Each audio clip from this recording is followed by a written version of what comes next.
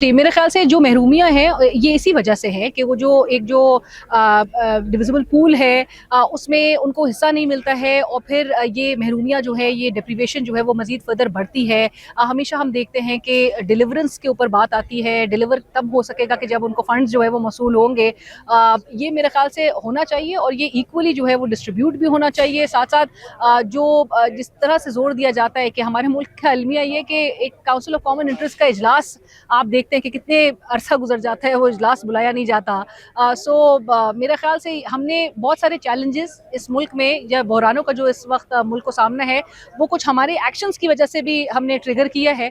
हमारी प्रायोरिटीज़ मेरे ख्याल से जो तरजीहात हैं वो हमें मिस्ड नज़र आती है, मिस्ड प्रायोरिटीज़ हैं। तरजीहात का फुकदान भी है और तरजीहात में शायद इस वक्त हर चीज़ घूम फिर के सियासी ओपोनेंट्स को जिसमें पाकिस्तान तहरीक इंसाफ बिल्कुल इसका खमियाजा भुगत रही है।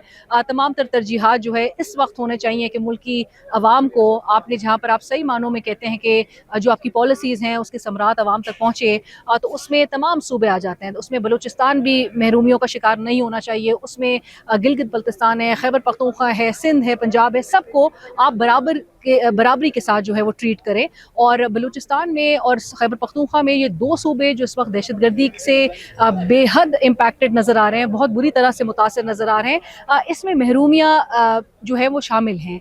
इसमें महरूमियाँ बहुत चीख चीख के बोल रही हैं कि जो हमारी वफाक है, क्योंकि सूबा नेचुरली अगर सूबा लॉ एंड ऑर्डर सिचुएशन जो है वो उसके हाथ में होती है, लेकिन वो सूबा अकेले सूबाई हुकूमत कुछ नहीं कर सकती जब तक सारे तमाम एक पेज पे ना हो। और वफाक की मेरे ख्याल से तरजीह होनी चाहिए, क्योंकि बलूचिस्तान में अगरचे जाफ़र एक्सप्रेस हमला जो है जब वो पेश आता है तो बलूचिस्तान की हुकूमत कहती है पीपल्स पार्टी की कि सूबाई हुकूमत अकेले कुछ नहीं कर सकती। इसी तरह की सूरत हाल खैबर पख्तूनख्वा में भी है। सबको एक पेज पे होके इससे निमटना भी है दहशतगर्दी से, और जो महरूमियाँ हैं उसको अपनी ठीक पॉलिसीज़ के ज़रिए, अपनी ठोस पॉलिसीज़ के ज़रिए लोगों को आपने तमाम वो जो अपॉर्चुनिटीज़ हैं जिसका आप दावा तो करते हैं लेकिन वो ऑन ग्राउंड हमें नज़र नहीं आती, लोगों तक उन पॉलिसीज़ के समरात भी ज़रूर पहुँचे, उनको अपॉर्चुनिटीज़ भी दें, आप उनको मेन स्ट्रीम जो धारा है उसमें भी लेकर आए। और तमाम जो इस वक्त जो सोशो इकनॉमिक जो डिप्रीवेशन है उसका हल निकालने के लिए मेरे ख्याल से सबको एक पेज पर होने की ज़रूरत है। एक कल्चर ऑफ को एग्जिस्टेंस भी होना चाहिए।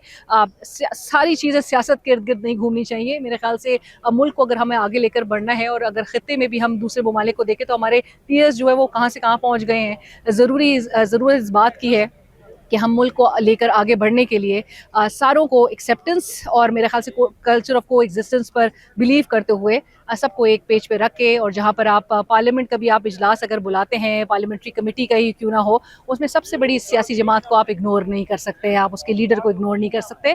तमाम स्टेक होल्डर्स का जो पावर स्ट्रक्चर के तमाम स्टेक होल्डर्स हैं उनको एक पेज पर होना इस मुल्क के लिए बेहतर है, इस मुल्क को मसाइल से बाहर निकालने के लिए भी।